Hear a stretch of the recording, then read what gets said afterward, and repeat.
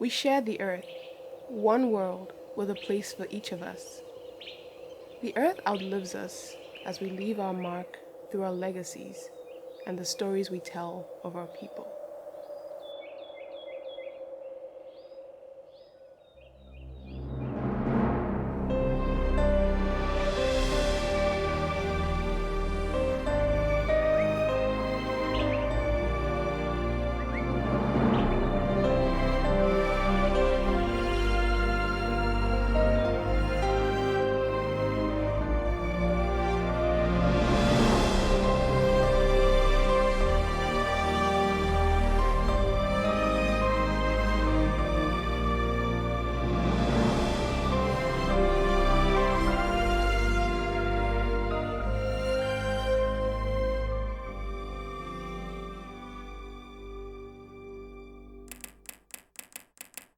My name is Senyo Daniel Komula Agbemechi Akotia. My surname is a compound name. Agbemechi is my father's name, and Akotia is my grandfather's name. Yes, that's right. It's very common to find people in Ghana with multiple names, inherited from their fathers and their fathers before them to trace their lineage. This is Logba Tota, a village of sheer wonder situated atop a mountain range only 30 kilometers west of the Ghana-Togo border. Lush, virgin forests envelop the village, with highlands that make you feel like a speck in nature. One might say this place evokes the imagination of a utopian getaway island tucked away from the hustle and bustle of city life.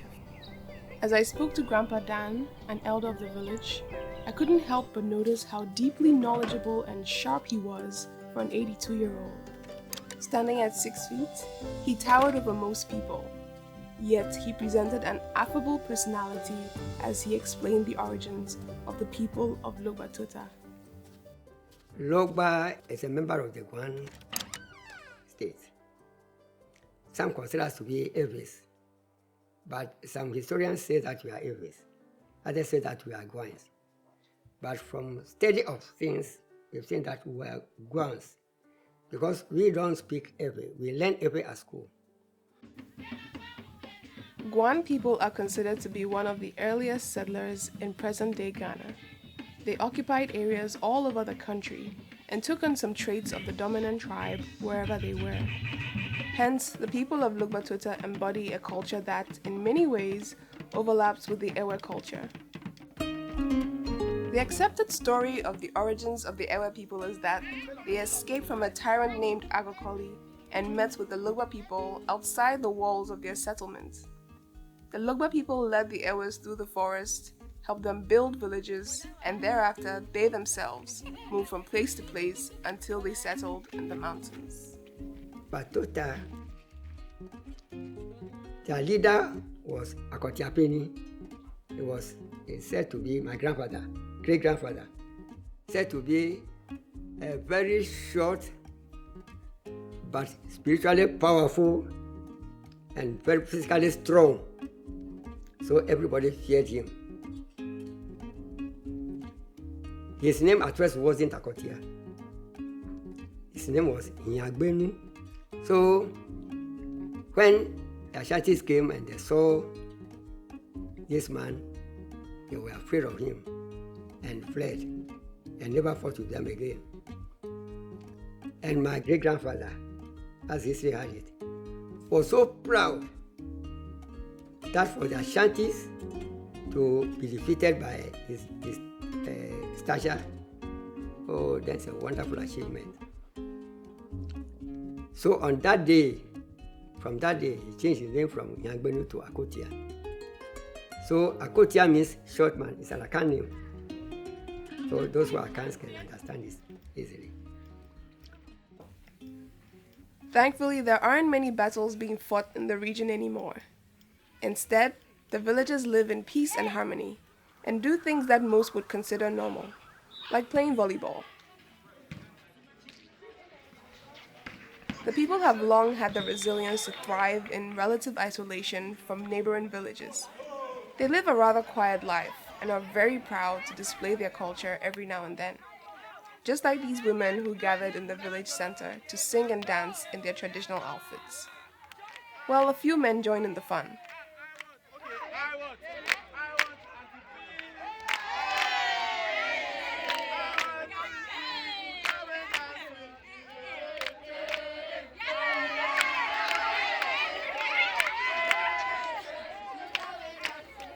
This is what Logba Tota is now, and it has greatly evolved since Grandpa Dan was a child.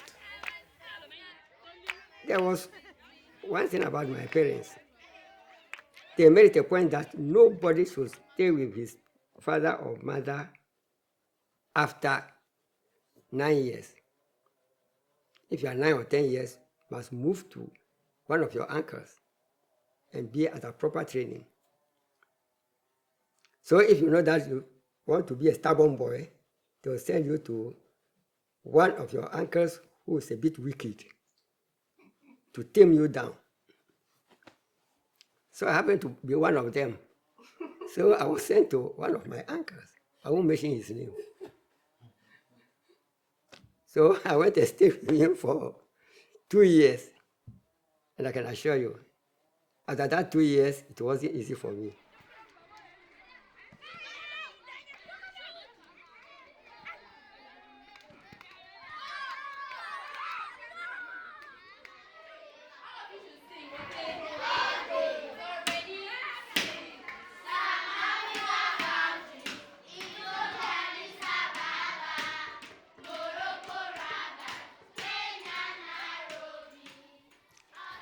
I was the last but one son of my father. There's one disease in our family, which is eye trouble. So my father, at a point in time, my father got blind for 10 years. I had to take him to Guan hospital for eye operation before he gained his sight again for some time. So he urged me to marry early so that while he was still seeing with his eyes, he can at least see my first son. So that forced me to marry September 1962. So I've married my wife for 61 years now. And we had 6 children. Despite Grandpa Dan's hard work and commitment to family, he had his fair share of challenges, especially during post-colonial Ghana.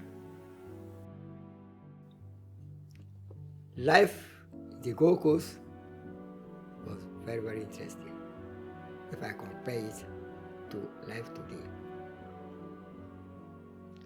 But one thing is, when we got independence in 1957, that's his March.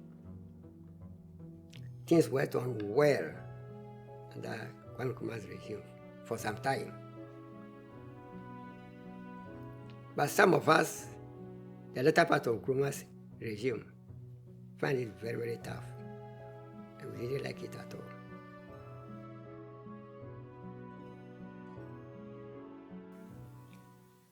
Although visionary, Ghana's first president, Kwame Nkrumah, ran an autocratic regime that saw a widespread suppression of basic rights and freedoms, including the right to a fair trial.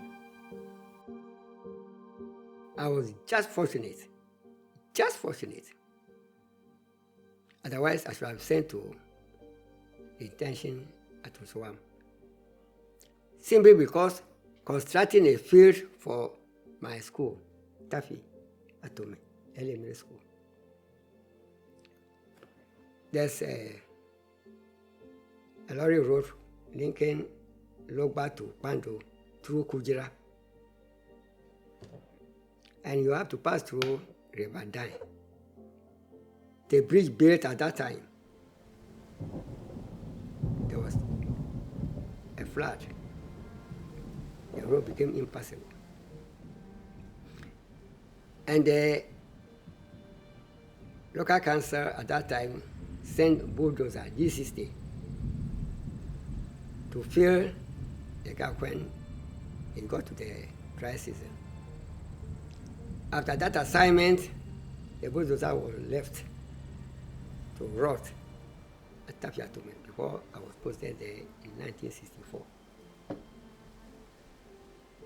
So when I was about to construct the field, there were some very, very big trees at that area. And the operator told me that if I could get him £2, at that time we were using the pound sterling, then he can buy fuel, service it, and then build those trees for us. Really, within 1 hour, he was able to construct the field for us. We played football match that day too with Logba Tota Middle School. We defeated them. The result was 2-1 against Logba Tota. And the community was so happy. Not knowing one person was, the thing didn't go down well with that person at all.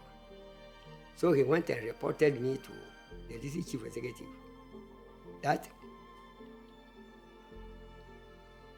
I wrongfully used the bulldozer. I stole it for my personal gain. And at that time, as I said, they will not even come to investigate before they will arrest him. So they sent people from Ho to arrest me for misusing government property. And I was lucky that a friend intercepted them at Logba Tota here and sent word to me that I should escape. So I ran away from the school. And they never got me. They were trapping me, and I had to move from my village in the night to Tota here, and move from Tota here to the village.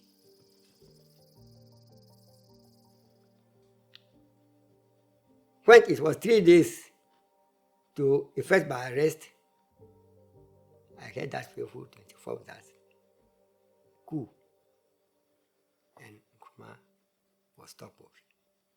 That saved me, else I should have been at the detention and so on. I could tell from the emotion he was conveying how powerful this experience was. In spite of the happenings, he was grateful for the trials and how they shaped him. I asked him what the biggest takeaways from his life were. I learned that patience is very, very, very good. When I was working as a nurse at the Wara Hospital, with my patients, really, the favor that I gained from the patients and those who cared for them paid me a lot in my life. Then with the same patience into the teaching field helped me a lot, especially when I was an officer. The second one is obedience. If you obey, you will go through every problem that comes your way easily, without any hitch. And then the last one is faithfulness. Whatever you are given to do it and do it faithfully. These are the 3 lessons that sailed me through my working experience for 43 years that I worked. That's why I always like to share it with my neighbors at all times. Grandpa Dan's story is one of many others who have seen Logba Tota's rise to a thriving, developing community of close-knit, humble people who look out for one another. This is the story of the people of the village on the mountain.